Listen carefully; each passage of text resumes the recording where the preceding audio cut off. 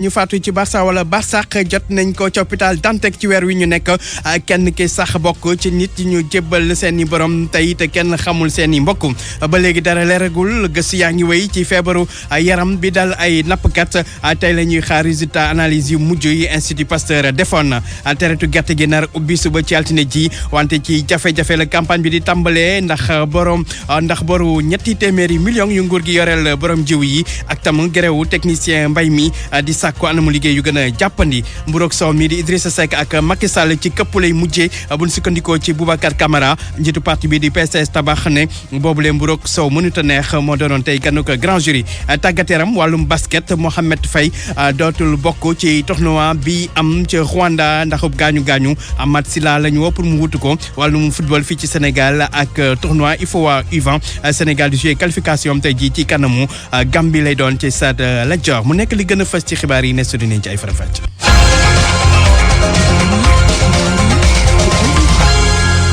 El Hadj Ndiogou Diène Abdou Thiam moo nekk ci machine bi mbokk yi ñu leen di nuyu di rafetlu bu baax a baax seen ànd ak rajo Futurs Médias xibaaru digg bëccëg gi dañ koy door ak li xew fan yëpp ci réew mi ñu koy waxtaanee muy feebaru der boo xamante ne kenn xamul lan la dal ay nappkat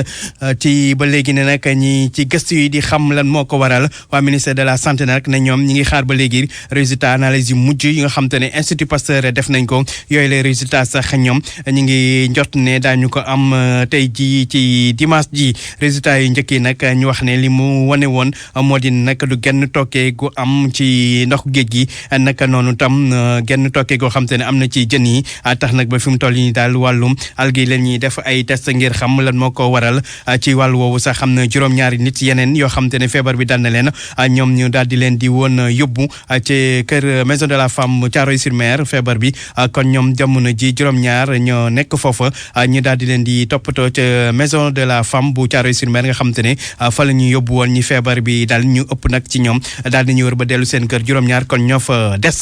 wax ci wàllum mbëkk mi ak nag ay nit ñu ci faatu kenn géej gi daal di leen di génne kenn xamul ñen la fukki nit ak ñeent ba fii ñoom nag la seen néew feeñagum ci hôpital Dantec ci weer wi ñu nekk lu weeru novembre kenn si ñoom sax bokk ci ñaar fukk ak juróom-ñaari néew yi nga xam te ni tey ji julle nañ leen daal di leen di jébbal seen borom ci sëgg jullit yi Yoff ñi def lu ñuy mel nag taxawu leen di association bii di association perfection et miséricorde dañ ciy déglu njiit la oustaz Mohamed Gueye. ñu amoon ci tey ñaar fukki nit ak juróom-ñaar ñu war leen taxawu defal leen li nga xam ne moom la ñuy defal koo xam ne ki dafa gaañu ci biir këram sàng ko jullee ko jëbal ko boromam ba ñuy joxe bépp yi nekkoon maanaam mag ñi nekkoon nañu 19 démb la ñu wax ne moom kooku dafa génn ci géej war nañ ñu boole ni ko ci suñu liggéey bi ndax semaine passée rek amoon nañ ñi nga xam ne dañu génn ci géej gi fukki nit ak ñett da ko boole ak kii mu jox la fukk ak ñeent ñooñu ko defar nañu leen jëbal seen borom ci itam dañu koy boole ci ñi nga xam ne ñoom la ñuy defar ñu képp jëbal seen borom mbir mi day da ngay jékki-jékki ñu wala hôpital yi wala man hôpital yi bu ñu demee dañu war a def pare mooy denc sa koor yi bu ñu am 45 jours wala sax mën na ko ëpp su boobaa bi ñu toppatoo lépp kete boor defal lu dul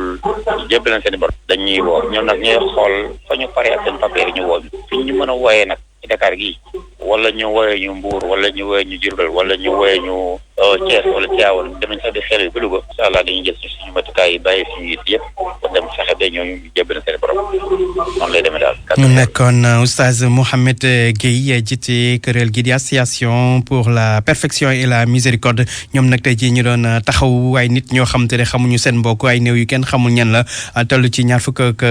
juróom-ñaar daal di leen di jullee sang leen jullee leen ci hôpital Dantec jébal leen ba seen borom ci sëgg jullit ya nekk ca Yoff mu fekk jamono jooju nag ñi nga xam te ne ñooy ndaw yi ca Kayar di jëli gaal ngir dem ca Tugal nee na ñi ci ëpp nag ci ñoom ay nappkat lañu li ñu xam ne moo waral ñuy mbëkki nag nee nañu géej gi amatul jën ndax lépp la nguur gi jaay tubaab yi te loolu nag tax na ba mënatuñoo liggéey ñoom sax nappkat yi doon amal ab toogaanu ñaxtu ngir wane seen ñàkk ànd ci licence yi ni joxe saa su ne Cheikh Anta Diop. nañu xeex mbëkk mi te suñu géej gi dinañu ko aar bu kenn joxete ay licence de pêche bateau yu mag yi jóge bitim réew loolee lañu naataal ci ay tableau nappkatu Kayaar yi ak jigéen ñi nga xamante ne ñoom ñooy coppar ñi jën yi taxawoon fii ci quai de pêche bu Kayaar doon fësal seen mbébét Nourou Ndiaye moom moo yor seen kàddu. géej gi li fi nekk loolu état moo ci war a wax boo demoon fii rek 20 kilomètres rek li nga fa gis ay saxaar yoo xamante ni ay navires riche lañu wala yenn yi doon ay chinois technologie bi ñu yor suñu autorités sax xamuñu ko boo demoon ba taf seen gaal yooyu li nga gis li ñuy def géej gi si xeetu nappinu ñaaw boo xamante ni dañuy manque géej gi ba nga xamante ne tey jii loolu moo favoriser sax xale yi gën a dem di jël mbëkk mi. ay bés yu ñu génn daanaka xale yi dañoo jubali nag mbëkk mi waa Kayaar nag di naqarlu jamono yi nappkat yi nga xamante ne dañoo bàyyi géej gi di dem fële ca Espagne. ñu ngi appelé mool yëpp nañu taxaw géej day am temps boo xamante ni day neex day am temps boo xam day naqari sunu mbokki ajoor yi yëpp sànq lañ leen ci mbëkk mi te nañu toog réglé dëkk bi neexul métti na parce que bari na nit ñoo xamante ni dañu dem rek da laaj nit ñi ay xaalis te gaal yi ñu dugal nit ñi gaal yi baaxul maîtriser wuñu ko parce que gaal nga war a dem Espagne yam 20 litres essence foo jëm da ngaa mën a dem fenn xaalis jàmbur la ngay lekk. ñoom ñëpp ci sol yu ñuul di wane nag naqar bi nga xamante ne am nañu ko ci ñi nga xamante ne faatu nañ ci biir géej gi tey lu jëm ci feebar bi nga xamante ne moom la ñu nemmee ko ci géej gi waa Kayaar de nee nañ du benn nappkat bu dëkk fii ci Kayaar bu ko am. RFM Thiès Cheikh Anta Diop. ak RFM tàggoo nag yéen. une heure tegal juróom-ñaari minute wax lu saxal wàllu mbay mi suba ci altine ji ñaar fukki fan ak ñett ci weeru novembre si la ñuy tàmbali campagne njaayum gerte bi ren nag njëg li gerte bi liñ koy jaayee mooy ñaar téeméer ñooy juróom fukki dërëm ca Ziguinchor fi mu toll nii point de collecte yi nag daal dinañ koy xam ba noppi wante nag li ñu nemmeeku moo di ne ci tool yi ba léegi nag am na béykat yoo xam te ne ñu ngi ci deq gi Lamine Ba. jamono ji li nga xam ne jàpp nañ ne def nañ ko ba pare mu jëm ci wàllu campagne commercialisation gerte bi mooy séddale bi nga xam ne def nañ ko seko yi ñii di opérateur privé stockeur yi waaye jamono ji campagne bi mënta door suba ndaxte béykat yi ñu ngay wéyal li nga xam ne nag moo di góob mi ci biir àll bi bi sukkandikoo ci ay kàddug Assane Mbaye moom mu jiite collectif des opérateurs privés stockeurs bu région bu Ziguinchor. campagne bi suba la war a démarrer démb Séña ñëwoon na fi ñu yoon Sonacos séddale nañu point de collecte yi ba pare en tout cas ñun préparé nañu affaire campagne bi. seko yi taxawagul parce que démb lañ ko def kenn ku ne demagula ci sa point de collecte te comme ni ma la ko waxee point de collecte yi pareegul du ci opérateur yi paysans yi ñoo pareegul mais loolu du problème parce que tey su fekkonte ne paysans yi pare nañ konoon opérateur yi pare nañ pour dem konoon tey opérateur yëpp dem nañ ci point de collecte yi préparé pour jënd gerte des na tuuti ci àll bi parce que baykat yi pareeguñu fu ñu toll nii même boo demee ci àll bi doo fa gis gerte gu pare ñu ngi ci ay naaf di bàcc di bees. waa Sonacos nag ñoom jàpp nañ ne jamono ji waajal gi mat na ndaxte installation yi xoolaat nañ ko sax ba lii nga xam ne moo di xaalis bu ñuy jëndee béykat yi nee na ñu teggee na ba pare Samba Badji moom moo jiite syndicat liggéeykat yi Sonacos fii ci Ziguinchor. campagne collecte bi commencé suba mun naa wax ni Sonacos pare na parce que seko yi war a recevoir ren yi seko yi pare nañ fii Ziguinchor ak Kolda débloqué na ay moyens yu bëri pour defaraat secret lii yooyu tout ça matière bi ñu war a permettre ñu décharger gerte gi. li nga xam ne mën nañ ko jàpp jamono ji nag mooy béykat yi yaakaar gi ren yokku na bu baax a baax ginnaaw bu ñu yokkee njëgum gerte gi Lamine Ba Ziguinchor rajo Futurs Médias. Lamine Ba campagne njaayum gerte boobu nag ñi nga xam te ne ñooy techniciens yi nekk ci mbay mi dañ cee fas yéene banque seen loxo li ko waral nee nañu nag seen i anamu liggéey yu doy waar naka noonu tam seen i payoor yoo xam te ne néew na lool ñoom nee nañ àllarba daañu sóobuwaat ci beneen gréew ñoom nag nee nañu wàllum données yi nga xam te ne da cee am solo lool ndax ñoo koy jox nguur gi lépp la ñuy banque seen loxo duñ joxe dara Ibrahima Diamé. techniciens yi lay yëngu ci wàllu mbéy mi kon fas yéene wuñu benn yoon deltu gannaaw ci dynamique bi ñu jël banque seen loxo ci campagne yu njaayum gerte ren jile li ko waral moo di ne depuis lors ñu ngi ñaxtu di ñaawlu seen anam yu bon li ñuy liggéeyee waaye ba tey furaas gisuñu lenn loo xamante ne seen kilifa gi jël na ko comme dogal bu dalal seen xel Samba Gaye moom mooy secrétaire général syndicat des travailleurs et techniciens de l'agriculture. liñ fas yéene mooy delluwaat bu mu ci boy ba dabbaliyaat yeneen ñetti fan ni ki àllarba alxames ak ajjuma parce que liñ doon woote yëpp pour négociation pour ñu toog waxtaan pour mën a saafara jàngoro bi nga xam ne bon dal agent yi nekk ministère agriculture kilifa gi fulaalul ko farataalul ko. ñëkk soobu nag technicien yi de ci campagne yu njaayum gerte gi dana bëri ay njeexital lool benn moo di ne waa ministère du ñu am benn donnée bu fiable bu nga xamante ne mën nañ ci sukkandiku leneen lu ñu am tegul ci yoon. li ñuy wax campagne commercialisation muy jaay ak njëndam gerte mi nga xam ne bii ne agent yi dañ ko war a suivre bu ñu wax ne jënd nañ nangami million de tonnes wala jaay nañ nangami million de tonnes dafa am koo xam ne kii ni moo koy topp ca fañ koy collecté ca département ba mu jaarte région ba doog a dem ca ministère ba loolu nag ki nga xam ne kii nii moo féetewoo ca suuf di def liggéey boobu bu fekkee liggéeyut ki nga xam ne moo féetewoo ca kaw muy ci région bi muy kilifa gi nekk ci région bi jël ay données envoyé ministère ba données yooyu baaxul ministère bi bu dajalee ay données yoo xam ne yii nii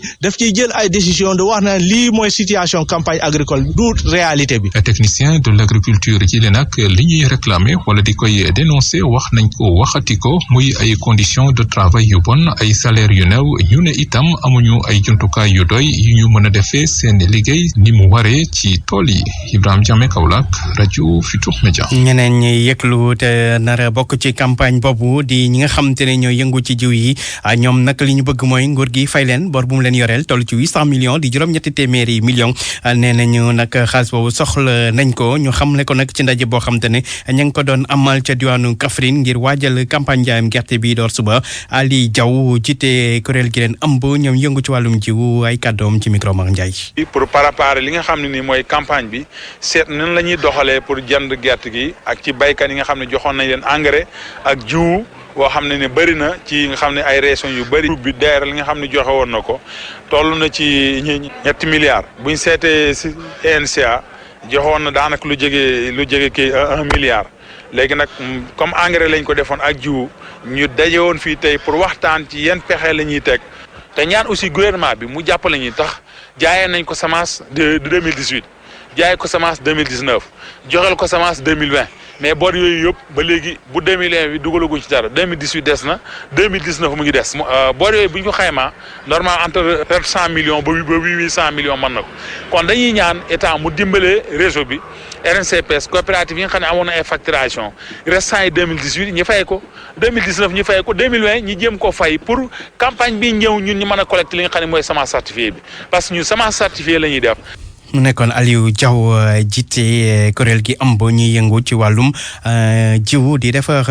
jiw wax ci ñaxtu bi nga xamante ni waa CSS yi ñu ngi ko doon amal nag démb loolu nag ngir wax gàllankoor gu am seen wàllum liggéey ndax lii di dipaay yi di këyit goo xamante ne nguur gi da koy jox ay commerçant ngi ngir ñu indi sukkar fii ci réew mi nee na nag loolu bu dakkul daanaka usine ba ca tëj la jëm ndaxte nee nañ tamit njuccaaj dafa am ci dipaay ni ñu koy joxee waa ministère du commerce weddi lu ñu mel nee neen genn njuuj njaaj amu ci buñ sukkandikoo sax ci directeur du commerce intérieur loolu li leen taxoon a jug mooy daal di fexe daal ba réew mi am sukkar su doy nee neen sax wàllu dipa yooyu daal dañ koy arrêté ci weeru octobre bi ñu génn Oumar Diallo mooy directeur du commerce intérieur. xam nga ci li ñuy wax DIPA maanaam déclaration d'importation de produits alimentaires la boo xam ne commerçant bi nga xamante ni moom moo bëgg dugal produit alimentaire ci réew mi daf koy ñëw demander ko ci ñoom boo ñëwee demander ñu par exemple ne damaa bëgg indi suukar ci réew mi dañuy jël sa déclaration boobu laaj la ne la indil ñu facture proforma maanaam ci la koy jaay bitim réew facture bi mu la ko jaayee ñu ne la indil ñu certificat d'origine mooy kayit bi wane ni que foofee suukar soosu war a jóge suukar boobu ñu ngi koy jaay di ko lekk di ko jëfandikoo ci réew moobu nga xam ne yow da nga dem di ko jënd ñu laaj la ne la suukar boobu yow nga bëgg dugal ci Sénégal indil ñu ñeenti échantillon boo boolee loolu yëpp ba ñu xool ko ba ñu saytu ko ba mu baax ñu ngi jox la autorisation DIPA bi dañu koy signer rek c'est gratuit amul 15 boo ciy joxe. ndax yéen a ngi joxe DIPA yi ba léegi te ñaata ngeen di joxe. DIPA yooyu arrêté nañ ko parce que dernière DIPA yi délivré yëpp la validité bi c'était la date du 18 octobre donc depuis le 18 octobre amul benn DIPA bu valable boo xam ne ni mën nga dugal fii suukar ci réew mi donc gab bi maanaam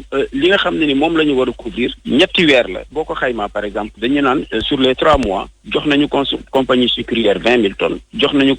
commerçant sénégalais yi beneen quota wu 40 000 tonnes boo xaymaa DIPA yëpp quota bi 60 000 tonnes yooyu lay toll te 20 000 tonnes yooyu compagnie sucrière mu ngeek moom am na DIPA wu 20 000 tonnes jox nañ ko ñoom de la même chose ni ñu joxee di yeneen commerçant yi seen DIPA mais ñoom danoo yor seen bés depuis mois de juin mënuñu ko jaay parce que prix bi moo leen arrangé wul parce que dafay am concurrence.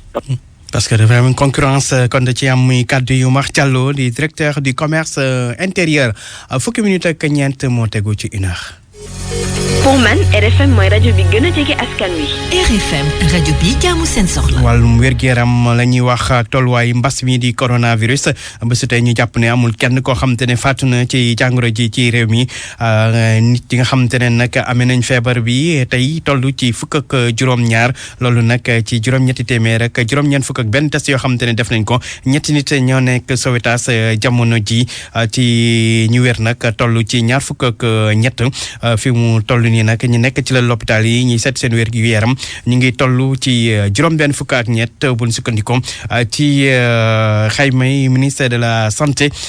def tey ji ci tolluwaayu mbas mi mu fekk nag jamono jooju ñi nga xamante ne ñooy transporteur ya nekk ci diwaanu Ndar ñoom ba léegi nag ñi ngi xaar seen wàllu ci koppar yi nga xamante ni nguur gi da ko génnee ngir daal di koy taxawoo nit ñi nga xamante ne mbas mi di coronavirus daf leen a laal muy force Covid 19 ñoom nag juróomi milliards ak ñaar téeméer ak juróom fukki millions lañ leen waroon a jox ñi ngi koy xaar ba léegi tax nag ñuy sàkku ci ministre des transports Mansour Faye mu daal di leen di bàyyi xel lijjanti mbir moomu. Mohamed Nabi Silla. regroupement des transports bi Baye Jibi Ndiaye jiite xam le ni fonds force Covid 19 bi toll ci juróomi milliards ak ñaar téeméer ak juróom fukki millions bu ñu jagleel secteur bu transport bi nee na ñoom ba léegi gisuñu ci dara ba tax na ñoom ñu yaakaar ni Mansour Faye dana leen dalal ngir ñu am saafara ci lu ni mel. jox nañ leen 5 milliards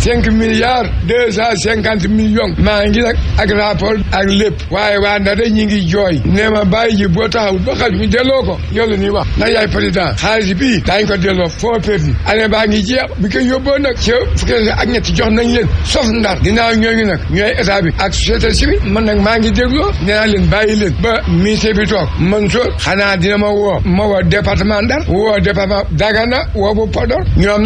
wax ne ma wax jot na. Baye Jibi Ndiaye xamle ko yokk ci ni tey jii ñi jiite département yi ci diwaan bi ñoo ngi xaar saafara ci na mu gën a gaawee. RFM ci Ndar Géej Mohamed Nabi Silla. Mohamed Nabi Silla des ba léegi ci wàllum séddaleem dund googu fële ca diwaanu Sédhiou foofu nag gis nañu ñi nga xamante ne nag ñoom la ñu waroon dimbali daanaka dafa mel ni daal ay njumte am na ci fichier bi di fichier RNU di registre national unique nga xamante ni foofu lañ leen di saytu ndax li ñu gis ak ni nga xamante ne moom la mbir mi soxal wuute na leeral ko mag sécurité campagne yi. processus bi dem ci càmbaraat registre national unique bi tax na ñu mën a xayma lu ëpp 11500 ay ménages yi nga xamante ne gis nañu ni mën nañu nekk ci liste RNU boobu lii tey mun été enrôlé lu bëre ci ay ménages vulnérables Eli Paul Biagui mooy coordonnateur régional délégation protection sociale ci diwaani Bëj Saloum réew mi. tey jii si département de Sédhiou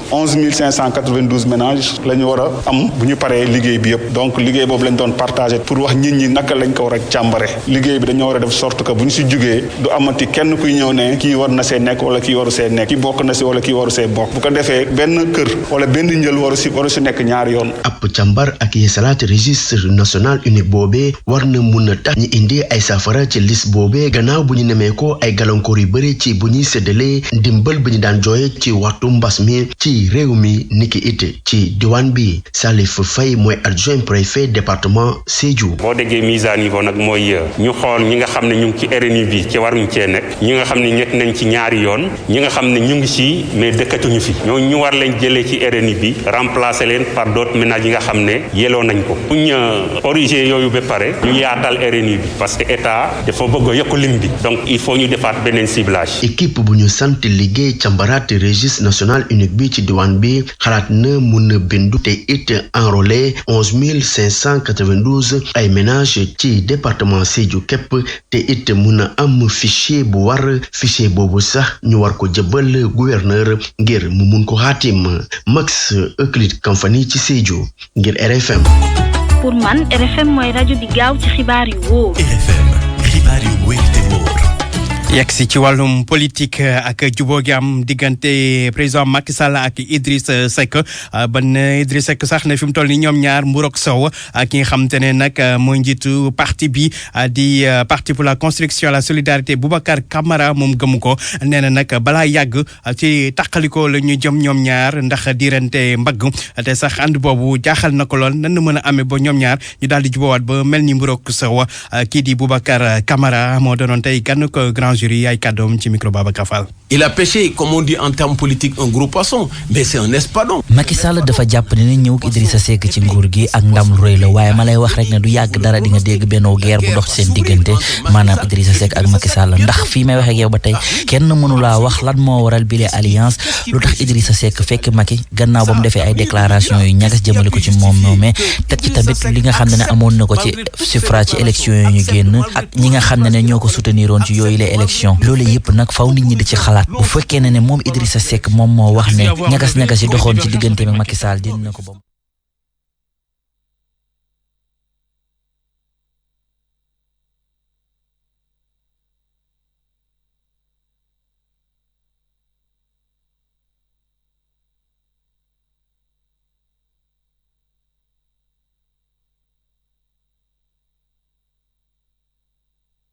moo tax ma ne la bu yàggul dara rek di nga dégg aw guerre ci ñoom ñaar ndax kenn mënu laa wax ne Macky Sall am na confiance yi nga xam ne mooy Idrissa Seck tamit kenn mënu laa wax ne moom it am na confiance lu ñu naan lii di éthique te li nga xam ne moom moo xew maanaam alliance bi amul benn éthique bu ci am te li nga xam ne mooy ralliement bi Idrissa Seck def maanaam fekk Macky Sall nekkul benn yoon li nga xam ne mooy éthique te li ñu war a gën a bañ mooy ki nga xam ne moo nekk ci nguur gi di noot lii di kujje gi maanaam opposition bi te bu ñu deful ndànk coow la xewoon ci diggante Abdoulaye Wade ak Idi moom la ñu nar a gisaat ci diggante Macky Sall ak Idrissa Seck. Et on va voir la dualité qu'on a eu entre Wade et Idi. On va la voir bientôt entre Macky Sall et Idrissa Seck. mu nekkoon Boubacar Camara di njiitu parti bi président d'honneur bu parti bi di parti pour la construction et la solidarité doonoon tey gannu ko Babacar Fall ci grand jury Amadou Sabar Ba amoon doon tekkil ay kàddoom des ba léegi ci wàllum politique ak ki nga xam te ne mooy Sophie Gladima ministre du pétrole et des énergies moom nag xam ne dafa fas yéene samp ndëndam ngir nekk maire bu Joal moom nag démb la ko xamle nee na Joal daal dara dañ ko fa defuñu ko fa tax nag mu bëgg yor lenge yi ngi daal di suqali ko dëkk ba dañuy déglu ay kàddoom moom Sophie Gladima ci micro Abdourahmane Diallo. te fu mu nekk nii Joal Fadiouth fu mu jóge fu mu xalangu moom dafa jot ñu yëkkatiwaat ko ku romb Malicounda gis yeneen gox-goxaani même soo demee tey Sessène Paul Sène mi nga xam ne sa bariwul moyen Fissel ñoom ñëpp ku ñaga ñaaw amuñu dara ñu ngi góorgóorlu ñun ñu nekk fi di nelaw rek nelaw bi la ko andi mooy di bëggoon nekk maire parce que tout simplement dama bëggoon Senghor nit ñi nga nax leen ba jox leen tey gis nañu tey Joal fu mu toll dafa jot ñu ne déet dañ war a yëkkati Joal ka nga xam ne man nag damay yëkkati loxo ka nga ñëpp ñoo xam ne yaakaar nañ ne mënuñ nañ ñëw rek ñu bëre rek ñu seet man de pare naa pour bëre na pour jël mairie bi ndaxte Joal de bëggoon naa Joal Fadiouth bëggoon naa moo wees fu mu nekk nii. nekkoon kaddu yi Sophie Gladima di ministre du pétrole et des énergies nekk tam responsable APR ca Joal kon mu xam ne dina samp ne dam ngi nekk maire bu Joal kaddu yooyu nag ni ngi koy yëkkati gannaaw ndaje bu mu doon amal démb ci geneen wàll moom xam ne nag jamono ji gannaaw bi ñu ko tabbee bees ministre du pétrole bokk na ci gën a yitteel Senelec ñu indi ay coppite na muy doxee waaye tamit wax na ci wàllu mbëkk mi Abdourahmane Diallo. ginnaaw buñ ko falee ci bopp ministère pétrole ak énergie Sophie Gladima fas yéene amal ay coppite ci biir Senelec. il est temps qu'on fasse des réformes. dafa jot ñu am ay coppite yi nga xam ne dañ koy amal Senelec numérisation bi tàmbale nañ ko waaye foofu ñu gën a yokkaat suñu loxo ci mbir moom tey fu mel ni Petrosen boo xoolee am na ay coppite yi nga xam ne def nañ ko ndax dañuy waajal ci lu jëm ci wàllum pétrole ak gaz bi Senelec structure nationale la dëgg la sax même bu ñuy amal ay coppite yooyu dina des nekk structure nationale waaye coppite yi mënta ñàkk te ci lañu war a dox. et donc cette réforme nous devons la mener. joorum bi yor wàllum pétrole bi di ñaax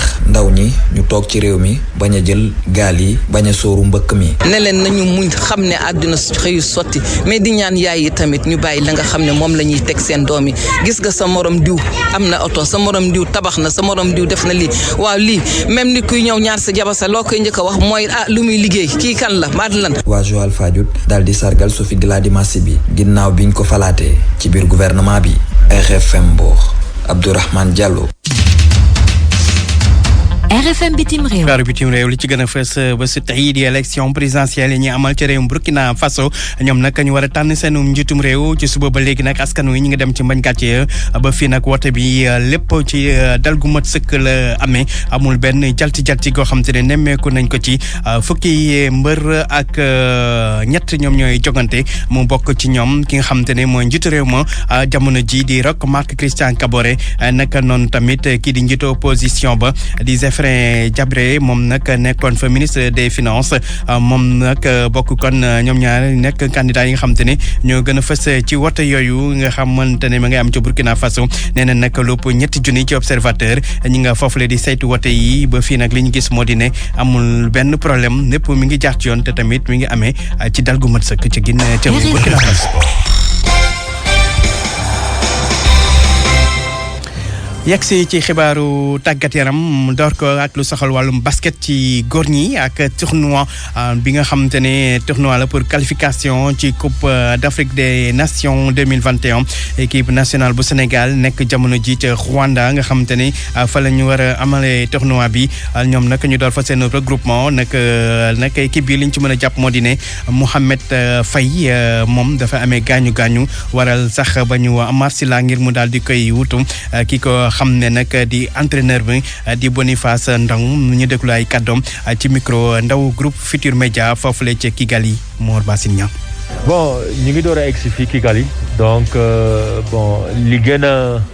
nekkul jafe sax mais li gën a yàkkamti peut-être mooy que est-ce que joueurs yëpp dinañu egsi parce que xam ngeen ne tournoi bi dafa gàtt donc am nañu ay jànkantoo yu ñu dajal xam nga problème mu formalité problème mu papier problème mu joueurs yu gaañu. donc ñoo xam ne bon suba la ñuy quitter donc du ñu egg si fii avant mardi donc bon mais réalité fenêtre yi la donc parce que Rwanda dafa sori te vraiment ñiy jógee Europe yëpp xam nga ak États-Unis man maa ngi quitté depuis vendredi te door a egg si tey donc loolu mooy réalité bi mais bon j'espère que jour yëpp dinañ ñëw voilà donc su ñu ñëwee nag bon ñu essayer gérer temps bi et puis essayer de def préparation daal lu mu gën a kii quoi lu mu gën a baaxee pour mën a compétir. Mohamed Faye du ñëw donc démb ci guddi la ma woo moom ci boppam ne ma bon dafa am entorse cheville donc dafa foxoj voilà donc moo tax bon mënul woon ñëw démb def nañ kii RMI bon kii am bi manager am bi oo na ma léegi ne bon malheureusement moom repos 10 jours lay am donc kii lañ jéem a kii Amar Sila lañ jéem a jël pour mu remplacer ko donc j'espère que ñaa wala kii ak Maka ñu ngi ci liggéey quoi donc su soobee yàlla je pense que lundi dinañu mën a rejoindre. ñëpp xam nañ li ñu fi indi mooy pour jéem a qualifier kii championnat d'Afrique donc ñëpp xam nañ ne Sénégal mooy objectif bi gën a rëy donc moo tax fooguma ne dinaa soxla motiver joueurs yi bon nekkul compétition bi gën a yomb mais bon mooy suñu réalité donc suñu joueurs yëpp presque ay professionnels lañu donc jóge Europe ñëw ba Kigali am na ñu bëri ñu joué démb am ñoo xam ne dañuy joué tey donc door a ñëw yombul mais loolu mooy réalité bi donc moo tax nañu ñëw rek yaa nga def li ci gën et puis jéem a gagné match yi. jéem a gagné match yi di kaddu yi Boniface Ndong moom nag mooy tàggat suñu ban gayndey basket yu góor ñi ñoom kon jamono ji nekk ca Kigali ca réewum Rwanda ngir daal di bokk ci tournoi bu leen yóbbu ci Coupe d'Afrique des Afrobasket 2021. gannaaw basket ñu wax lu soxal wàllum football ak lu soxal tournoi IFOA zona bi am ñi amagul ñaar fukki at ñu koy amal fii ci réew mi ci stade Lat Dior bu Thiès ñaareelu bëccëg bi daañu ko tàmbali tey jii Sénégal di daje ak Gambie bu 5 heures jotee lay doon kon foofu ca Thiès ci stade Lat Dior suñu gaynde ndaw yi nag di jouer seen qualification pour demi-finale yi Sénégal matcham bu njëkk dafa match ni loon ak Sierra Leone bërki démbo ci àjjuma ji ku nekk benn but la dugaloon moromam waa Sierra Leone bi yoon dañoo exempté ci groupe B bi nag ñii di waa Guinée ñoom nag démbo ñoo gañ waa Mauritanie benn bal ci dara beneen match bi naroon a dox diggante Guinée Bissau ak Mali mujjute am li ko waral moo di ne dafa am ay joueurs Mali yoo xam te ne dañoo leen a testé ne dañoo am coronavirus tax sax ba waa Guinée Bissau daal di mujjee gagné ndax dañuy daal di forfait ni ko règlement bi tërale ñu fàttale li ne nag match poule yi àllarba lay jeex ñaar ñi jiitu ci poule bu nekk dañuy qualifié daal di daje ci demi-finale yi nga xam te ne ajjuma lañ koy amal final tournoi IFOA zona boobu jàpp nañ ko kon dimanche bii di ñëw bu 5 heures jotee ci stade Lat Dior bu Thiès ki gagné tournoi bi nag dafay qualifié ci Coupe d'Afrique 2021 U20 yi war a am ci réewum Mauritanie. mu fekk jamono jooju football Afrique nekk ci diis ak génnuk àdduna président fédération football bu Côte d'Ivoire Sidi Diallo daal di faatu démb nee neen sax coronavirus moo ko faat ki nga xamante ne nag moom jot na jiite nag fédération bu Côte d'Ivoire bu football depuis 2011 te nag ci noonu Côte d'Ivoire jot na tamit gagné Coupe d'Afrique des Nations atum 2015 ci dañ ci déglu seede naataangoom bu Sénégal Augustin Senghor di indi seede kon ci naataangoom Côte d'Ivoire boobu génn àdduna di Sidi Diallo ñu déglu maître Augustin Senghor ci micro Cheikh Tidiane Diagne. waaw tey vraiment dañu am naxar ak tiis ci génnu àdduna ki nga xam ne mooy Augustin Sidi Diallo mu doon président fédération ivoirienne de football nekkoon suñu naataango nekkoon suñu xarit nekkoon aussi nit ku ñu ràññee ci jikkoom yiw ubbeeku ci ñëpp mais surtout ci ni mu maanaam xarañoon si liggéeyam bi nga xam ne askanu footballu Côte d'Ivoire ñoo ko dënkoon may fàttali rek bu mu jëlee équipe yi def na ay jéego yu rëy ba gagné li nga xam ne mooy Coupe d'Afrique bi il y a 2 éditions donc doon waaja nag tekki ndombal tànkam ba defoon nañ sax élection yi waroon nañ def élection yi sax si jamono yi mais yàlla tudd ne maanaam ci boppu fédération bi lay génne àddina donc yàlla moo ko tudd ñu koy métti lu torop di maanaam jaale famille football ivoirien bi fédération bi ak vice président yam muy Sori Diabaté mais aussi famille yam bi nga xam ne ñoo ko jur famille football africain bi yëpp parce que ñëpp a touché ñëpp la bett ñëpp la metti ñu koy ñaanal yàlla xare ko àjjana. amin ñu koy ñaanal yàlla xare ko àjjana di kàddu yu ma Augustin Senghor jëm ci président Côte d'Ivoire fédération bu football bu Côte d'Ivoire Augustin Sidi Diallo génn àdduna nag démb gannaaw basket ak football dañuy jeexaleeg lamb ak bureau bu bees bu CNG ñoom nag jamono ji seen kuddu jàmm la ràcc waral ba ñu daal di teggi daan ñëpp ñoo xam te ne leen tegoon daan ci CNG bi Alioune Sarr jiite woon daan yooyu daan nañ koy faase ngir nag jàmm daal di dellusiwaat ñëpp daal di nekkaat benn ci lamb ji dagal yooyu nag ko jël démb ci seen ndaje bu njëkk bu seen comité directeur ñu doon ko amal leeral yeeg ki yor kàddu ko CNG bu lamb ji Adama Bopp ci micro Youssouf Bodian. comité directeur bi daje nañu démb boo ko seetee décision bi ci gën a mag mooy comme que dañuy sumb loo xam ne lu bees la mooy ayu président Bira Sène comité directeur bi nee na nag dañuy def daal loo xam ne daal dañuy indi jàmm daal indi dal ndaxte ministre bi mu doon samp CNG bu bees bi daf ñu sasoon ñu daal nañu tox ay tànku jéego ba nga xam ne daal ñëpp li seq làmb daal jàmm ak dal dafay dellu si ci loolu la ñu sukkandiku jël dogal képp koo xamee ni CNG bi génn tegoon na la ay daan moo xam nga nekk mbër moo xam nga nekk manager moo xam nga nekk arbitre loolu yëpp teg nañ ko ci suuf fi mu nekk daal dañu tàllal ñëpp loxo pour que ñu ñëw sumb liggéey bu bees bi ci CNG ci njiitu président Bira Sène ñaan nag ñu nekk dal ñun ñëpp nekk ci dal waaye aussi bu ñu fàtte ni ñii ñu tegoon ay daan dañu jalgati woon yoon moo tax yoon tegu woon seen kaw loolu aussi buñ ko fàtte ndaxte ñooñu dafa amoon lu ñu def ñu àtte leen ci yoon bi nag moom mooy règlement CNG loolu buñ ko fàtte di leen tàllal loxo ngir ñu sumb liggéey bu bees nga xamee ne duñu topp kenn dara léegi nag dañuy jël yoon bu bees boo xamee ni suñu njiit président Bira Sène mu jiitu ñëpp a topp ci ginnaawam pousse mu jëm ci kaw. mu nekkoon kaddu yi Adama Bopp kon CNG bureau bu bees bi kon fas yéene dox tànku jàmm waral ba ñëpp ñu daal di leen di jégal ñi ni tegoon daan rawatina arbitre yi manager rek ñëpp kon daan yooyu daal nañ koy teg ci suuf ngir axu làmb daal di nekkaat benn kon mu nekkoon xibaar yu soxal wàllum tàggat yaram nekkoon tam xibaar yi ne suñu def pàttali ci la ci gënoon a fas. El Hadj Ndiogou Diène. fukki néew ak ñeent ñu faatu ci Barça wala Barsax jot nañ ko ci hôpital Dantec ci weer wi ñu nekk kenn ki sax bokk na ci nit ñu jébbal seen borom tey te kenn xamul seen i mbokk. ba léegi dara leeragul gëstu yaa ngi wéy ci feebaru der bi dal ay nappkat tey la ñuy xaar résultat analyse yu mujj yi Institut Pasteur defoon na traite gerte gi nar ubbi subal ci altine ji wante ci jafe-jafe la campagne bi di tàmbale ndax boru juróom-ñetti téeméeri million yu nguur gi yoreel borom jiw yi ak tam gréwu techniciens yi ci mbay ñoom ñi sàkku anamu liggéey yu gën a jàppandi Mburok Sow mi di Idrissa Seck ak Macky Sall ci këpp lay mujjee buñ sukkandikoo ci kaddu Boubacar Camara njiitu parti bi di PCS tabax ne boobule Mburok Sow mënta neex moo doonoon day gannu ko grand jury moom Boubacar Camara tàggateeram wàllum basket Mohamed Faye du bokk ci tournoi bi am ca Kigali jëm ci élimination Amath Sylla moom la ñu woo ngir mu wutu ko wàllum football moom Sénégal di jouer qualification tey jii ci tournoi IFOA U20 ñuy daje ak ñi di waa Gambie tey jii ci ngoon ci stade Lat Dior bu Thiès.